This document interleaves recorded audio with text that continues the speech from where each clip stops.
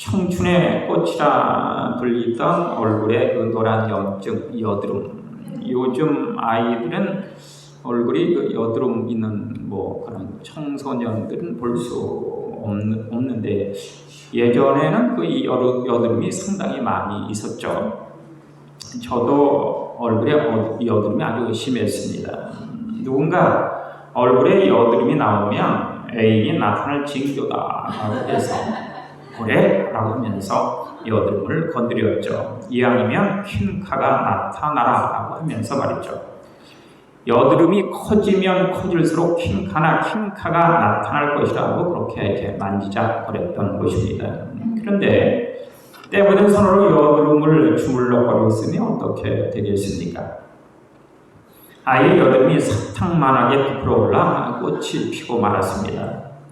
얼마나 보기도 흉하고 아팠던지 그때는 양입이나 클레오파트라도 끔찍할 지경이었습니다.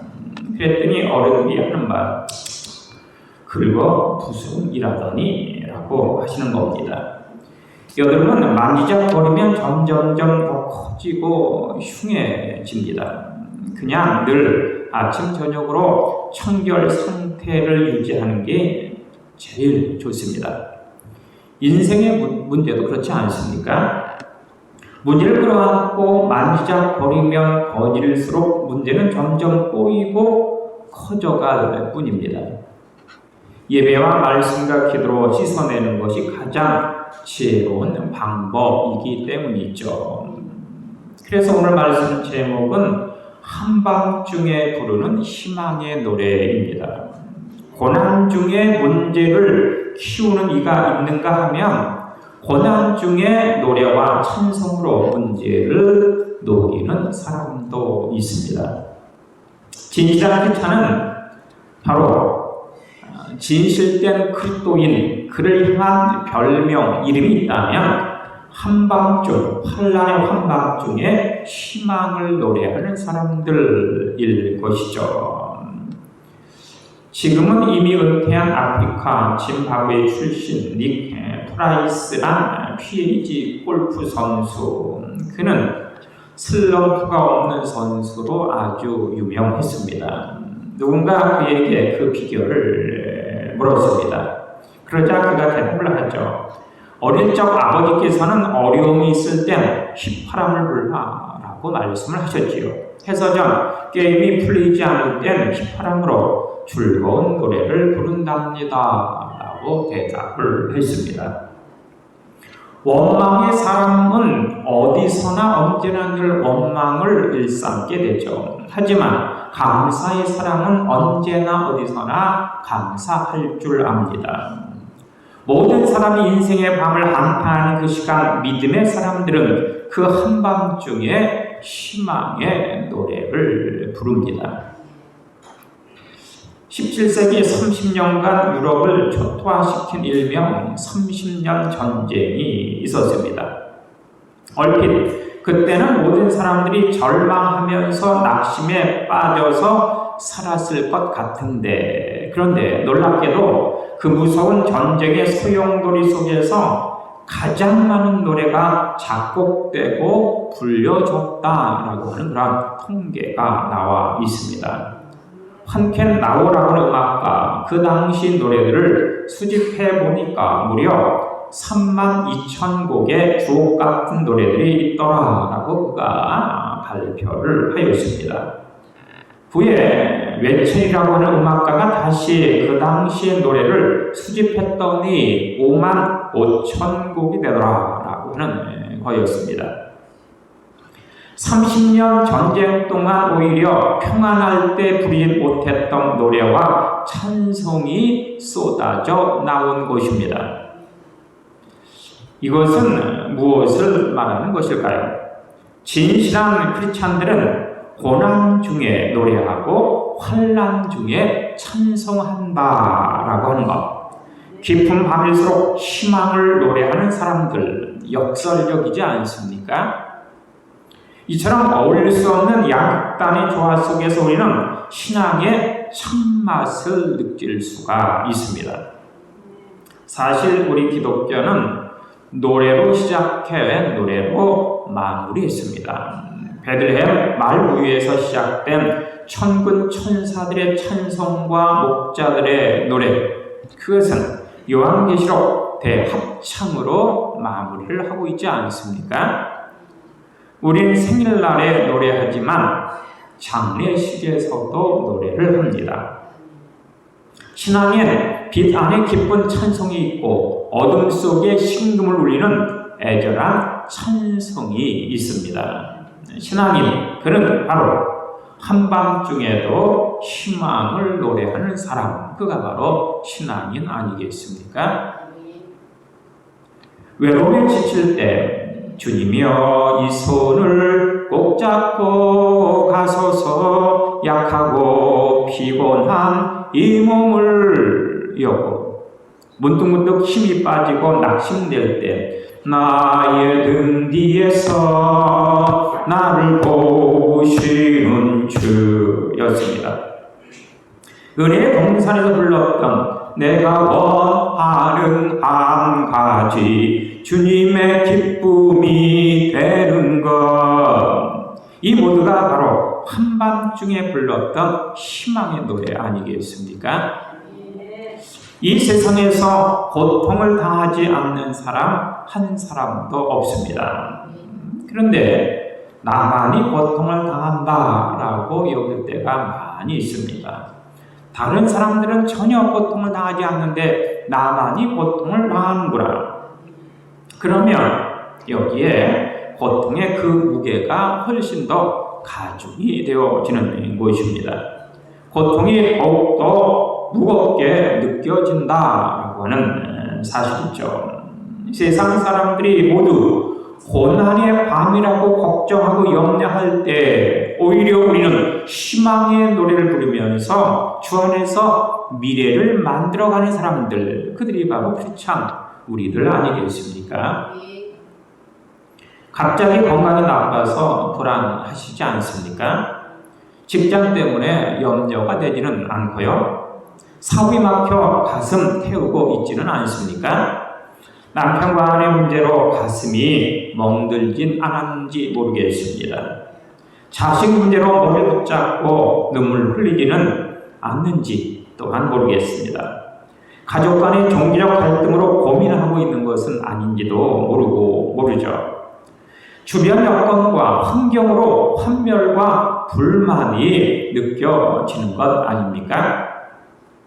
실제로 고난에도 여러 종류가 있습니다. 첫째는 자신의 잘못으로 인한 고난이죠. 이것은 어쩌면 당연한 고난일 수 있습니다. 그런데 이 고난이 자신의 죄로 인한 것임에도 불구하고 타인에게, 다른 사람에게 책임을 전가하려는 경향이 있습니다. 우리는 고난당할 때 그 원인이 나에게, 나 자신에게 있는가라고 하는 사실을 판단해 보아야 합니다. 둘째는 애매한 고난입니다. 때로 아무 이유 없이, 이유 없는 고난으로 잠옷 당황스러울 때가 많지 않습니까? 가령 이웃의 부주의로 불이 났는데 그만 우리 집까지 홀랑 타버릴 수 있습니다. 나는 안전하게 운전하고 있는데 다른 차가 내 차를 받는 경우도 있습니다. 이런 경우 어떻게 해석해야 하는 것일까? 비록 불합리한 고난이라고 하더라도 뭔가 고난엔 이유가 있다, 뜻이 있다, 섭리가 있다라고 믿는 것이 바로 신앙인 아니겠습니까? 셋째는 선을 이루려 스스로 자원하는 고난도 있습니다. 자녀를 위한 부모의 고난 같은 것인데 문제는 오늘 본문의 욥처럼 당한 고난입니다. 이것은 일반적 고난과 그 성격이 참으로 다르죠. 그래서 욥의 고난은 제4의 고난입니다. 이는 의인이 당하는 고난이요, 하나님을 경외하던 이가 당한 고난, 이것이 바로 욥이 당한 제4의 고난입니다. 그렇다고 자원하는 고난도 아니죠. 더군다나 욥은 고난의 이유조차도 전혀 예측하지 못하고 있습니다. 이 제4의 고난은 이유를 알 수 없는 총체적 혹은 종합적 고난입니다. 자, 그러면 욥은 어떤 고난을 당했습니까? 욥은 먼저 재산을 한꺼번에 잃고 말았습니다. 핏땀으로 안 입고 안 먹고 안 써서 모은 재산이었는데, 평생 모은 재산이었는데 몽땅 사라지고 말았으니 얼마나 기가 막힙니까?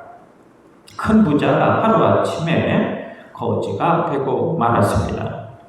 큰 잘못도 없이 재산을 약탈당한 억울한 일이 과연 어디 있겠습니까?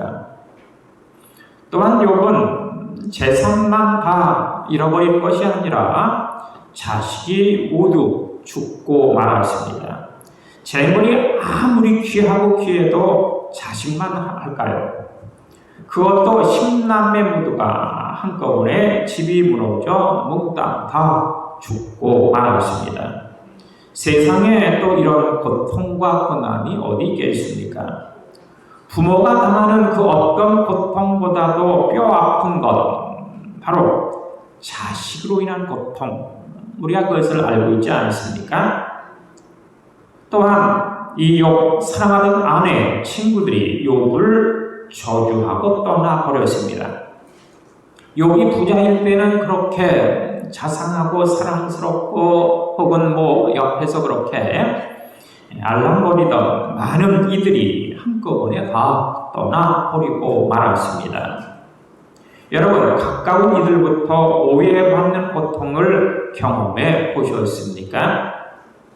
이것도 도저히 감당하기 어려운 엄청난 고난이죠. 왕따 따돌림, 이런 것 엄청난 상처이고, 이것을 견디지 못해 많은 젊은이들이 스스로 목숨을 끊는 일이 비일비재합니다. 그런데 욥은 여기에 더욱더 기가 막힌 건 건강까지 잃고만 것입니다. 머리끝부터 발끝까지 전기가 났습니다. 얼마나 가려운지 깨진 기와장으로 몸을 푹푹 긁습니다.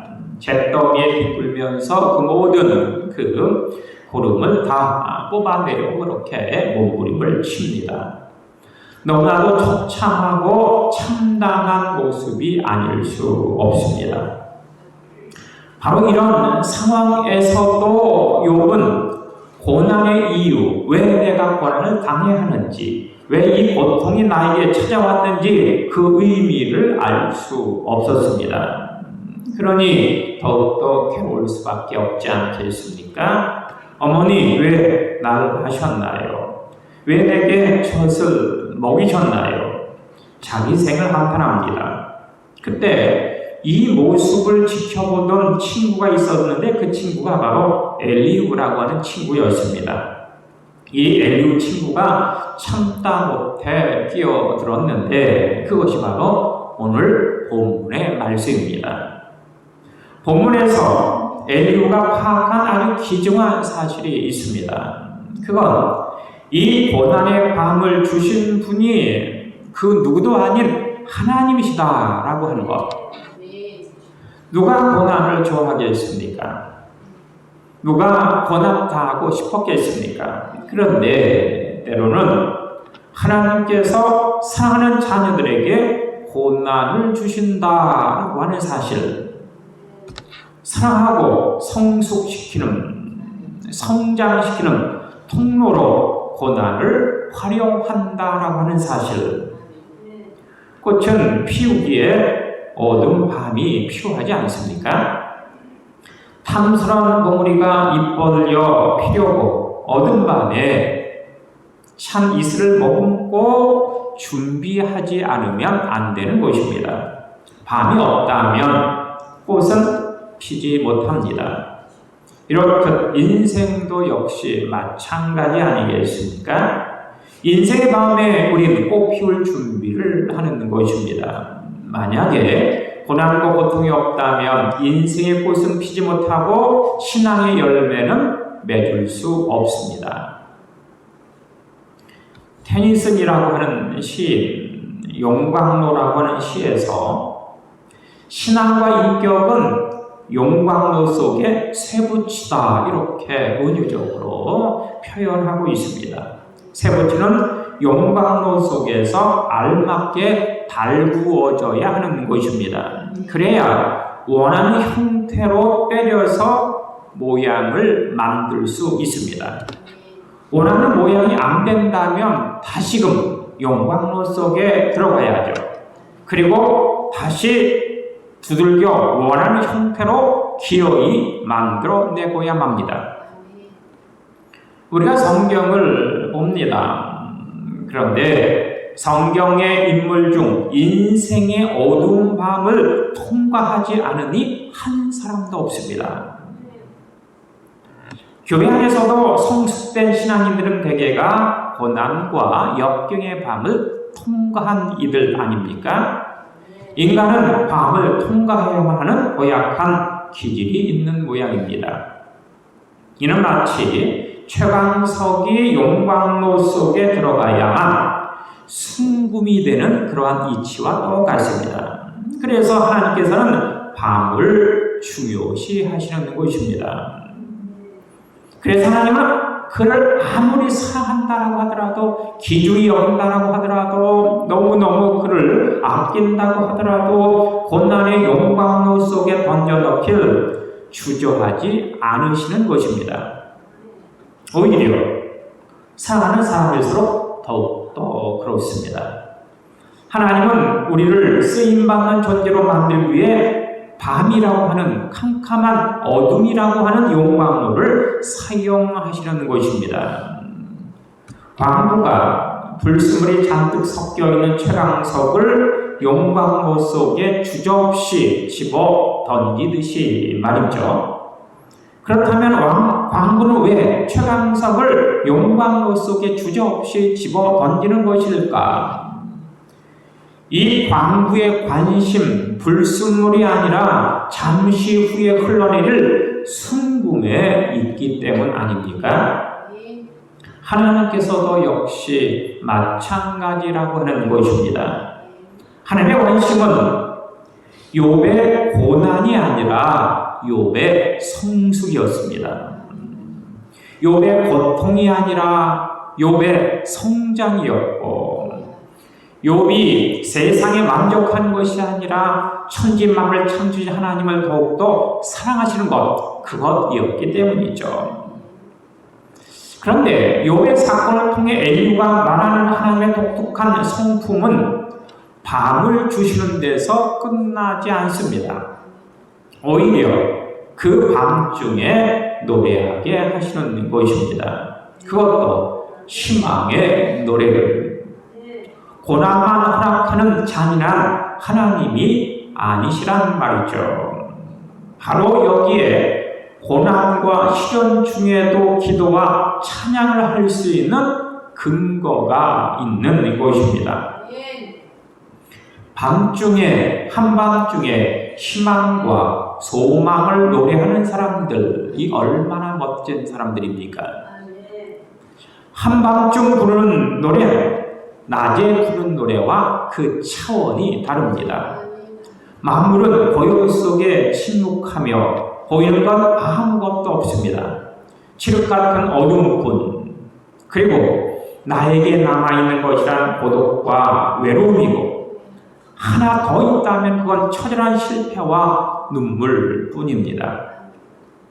이 속에서 무덤 같은 침묵을 깨고 감사와 감격의 눈물로 하나님을 찬양한다.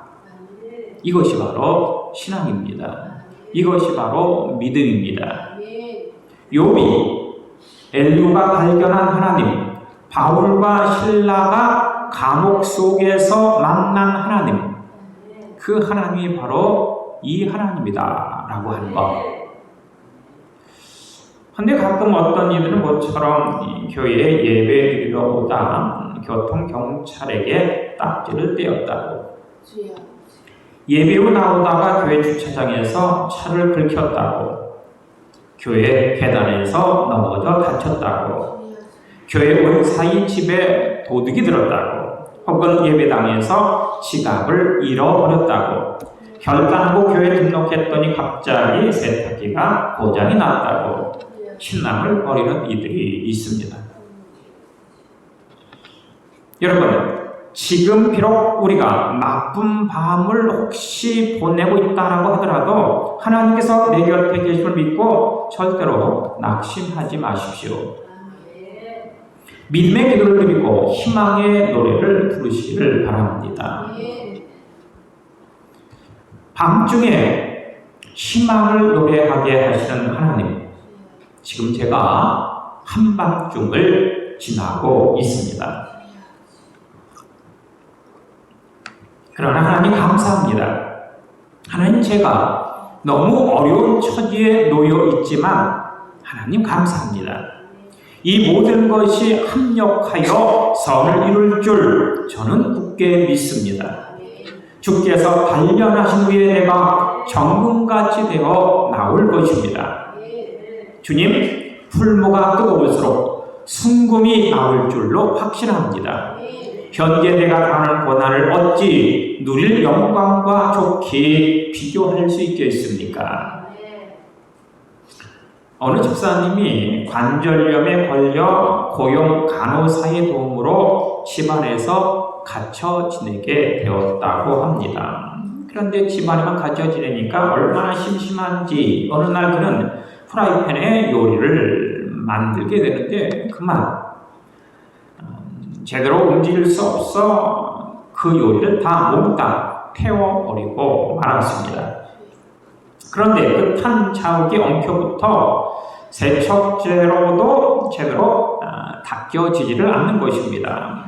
그래서 이 불에 탄 그 프라이팬과 씨름하고 있는데 그때 고용 간호사가 들어오면서 이 모습을 보면서 하는 말, 음식 찌꺼기가 타서 눌러 붙었군요. 이건 세제로 안 됩니다. 라고 하면서 프라이팬을 다시금 그 렌지에 올려놓아 활갑게 달구는 것이었죠. 그러자 모든 찌꺼기가 깨끗이 떨어져 나갔습니다. 이 모습을 본 그 집사님, 그렇구나. 관절염에 걸렸다 탄식할 것이 아니라, 그렇게 한탄할 것이 아니라 성령의 불로 달궈야 하는구나 라고 하면서 눈물이 쏟아졌고 회개와 찬송이 나왔다고 합니다. 그리고 얼마 후 고통의 관절염도 깨끗이 나았다라고 간증을 합니다. 그렇다면 우리는 한밤중에 어떤 노래를 불러야 할까요? 먼저 헐랄통에 하나님을 만났으니 행복의 노래를 불러야 할 것입니다. 우리는 예수를 믿는다는 한 가지 사실 때문에 세상의 고난이나 혼란부터 면제받지는 않습니다. 그러나 그 고난을 통하여 하나님과 동행하는, 함께하는 임마누엘하는 경험을 하는 것입니다. 다니엘이 사자굴 속에 들어가 있습니다. 하나님께 기도했다라고 하는 단 한 가지 이유로. 왜 하나님께 기도하는 다니엘을 사자굴 속에 들어가지 못하게 막지 않으신 것일까? 그 이유를 알 수 없습니다만 중요한 사실은 그 굶주린 사자굴 속에 다니엘만이 아니라 또한 존재가 같이 있었다고 하는 것. 다니엘 세 친구 사드락 메삭 아벳느고가 하나님을 섬긴다라고 하는 그 까닭으로 불구덩이 속에 던져졌습니다. 왜 하나님을 사랑하는 자녀들을 풀불 속에 던져지도록 내버려 두었는지, 왜 그 불구덩이 속에서 그들을 건져주지 않았는지라고 하는 것을 그 누구도 설명하지 않습니다. 성경도 이야기하지 않고 그 누구도 그 까닭에 대해서 설명하는 이가 없죠. 하지만 분명한 사실 한 가지, 그것은 풀볼 속에는 세 사람이 아니라 네 사람이 빙글빙글 돌고 있었다고 하는 사실. 다니엘이 사자굴 속에 홀로 아니었듯이 사드락 메삭 아벳느고 역시 불구덩이 속에 그 셋만 있었던 것이 아니라고 하는 사실. 불같은 시험에서 나는 왜 건져주시 않는지 그 이유와 까닭을 전혀 알 수 없지만 분명한 건 불같은 시험 속에서 나 홀로 혼자 그렇게 버려두지 않고 전능하신 아버지 하나님께서 임마누엘 하신다라고 하는 것.